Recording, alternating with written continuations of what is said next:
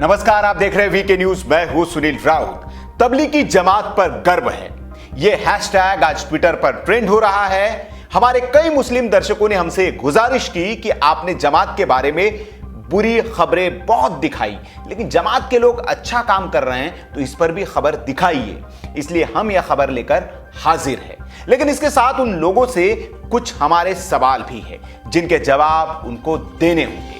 वो सवाल क्या है आगे बताएंगे, लेकिन पहले जान लीजिए कि कुछ लोग तबलीगी जमात पर गर्व क्यों कर रहे हैं। दरअसल खबर है कि कोरोना से ठीक हुए जमात से ताल्लुक रखने वाले करीब 300 मरीजों ने अपना प्लाज्मा डोनेट करने का फैसला किया है। दरअसल दिल्ली में प्लाज्मा थेरेपी के जरिए कोरोना मरीजों को ठीक करने का दावा किया जा रहा है। इसमें कोरोना से ठीक हुए मरीजों से खून लेकर पीड़ितों को चढ़ाया जाता है। दावा किया जा रहा है कि इस थेरेपी से दिल्ली के अस्पताल के आईसीयू में भर्ती 5 मरीजों को ठीक किया जा चुका है। अगर जमात के लोगों ने यह फैसला किया है और वे लोगों की जान बचाने के लिए खून डोनेट कर रहे हैं तो ये इंसानी नजरिए से बेहद शानदार कदम है जिसकी सराहना होनी चाहिए।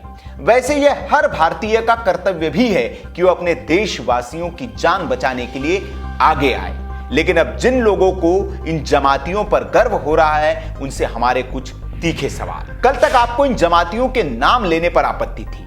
हेल्थ बुलेटिन में जमाती संक्रमितों की संख्या बताई जा रही थी तो आप इसे हिंदू मुसलमान का रंग दे रहे थे। तो अब अगर कोई खून दे रहा है तो उसमें जमाती का नाम क्यों लिया जा रहा है?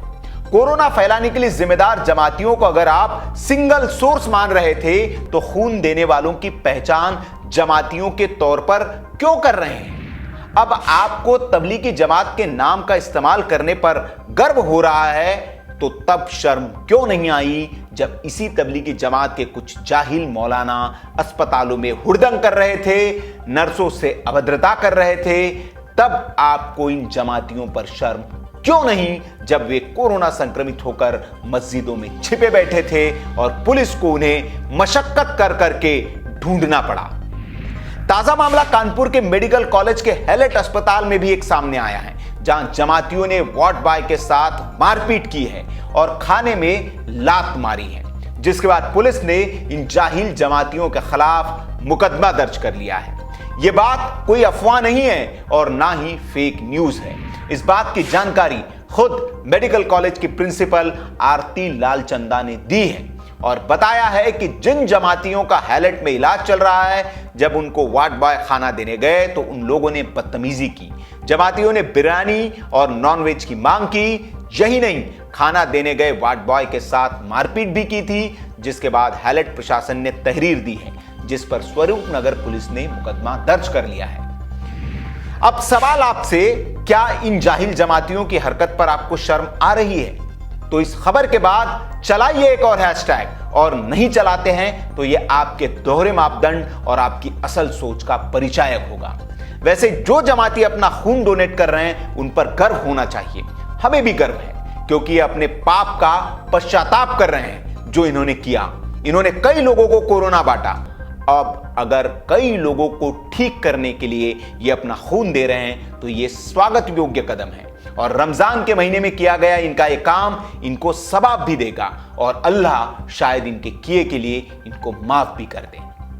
वैसे हम पहले दिन से ये कहते आ रहे हैं कि जो लोग गलत काम कर रहे हैं उसको पूरी तबलीगी जमात के साथ नहीं जोड़ा जाना चाहिए। जो काम कर रहे हैं वो जाहिल जमाती है और जो अच्छा काम कर रहे हैं वो अच्छे जमाती हैं। इसलिए पूरी जमात पर आपको गर्व अगर है तो पूरी जमात पर आपको शर्म करनी पड़ेगी। इसलिए पूरी जमात पर आप गर्व मत करिए, उन लोगों पर गर्व करिए जो ये काम कर रहे हैं और उन लोगों पर शर्म भी करिए जो इस तरह का गलत काम कर रहे हैं। वैसे जाते जाते आपको यह भी बता दें कि स्वास्थ्य मंत्रालय की एक रिपोर्ट के मुताबिक देश में कोरोना संक्रमण के 4000 से ज्यादा मामले तबलीगी जमात की वजह से और इनकी वजह से करीब 40,000 लोगों को क्वारंटीन में रखा गया है। असम के 91%, तमिलनाडु के 84%, अंडमान के 83%, तेलंगाना के 89%, दिल्ली के 63%, मध्य प्रदेश के 61% और उत्तर प्रदेश के 59% मामले तबलीगी जमात से जुड़े हुए हैं। कीजिए गर्व उन जमातियों पर जो खून दे रहे हैं, लेकिन आंकड़ों के लिए जिम्मेदार जमातियों पर तो आपको शर्म आनी ही चाहिए और अगर नहीं आ रही है तो फिर आपको अपनी सोच पर शर्म आनी चाहिए। खबर कैसे लगी आप कमेंट बॉक्स में हमें बताइए। अच्छी लगी हो तो लाइक करें, शेयर जरूर करें और ऐसी खबरों के लिए आप हमारे चैनल को सब्सक्राइब कर लीजिए। देखते रहिए वीके न्यूज। वीडियो देखने के लिए आपका बहुत बहुत आभार। जय हिंद, वंदे मातरम।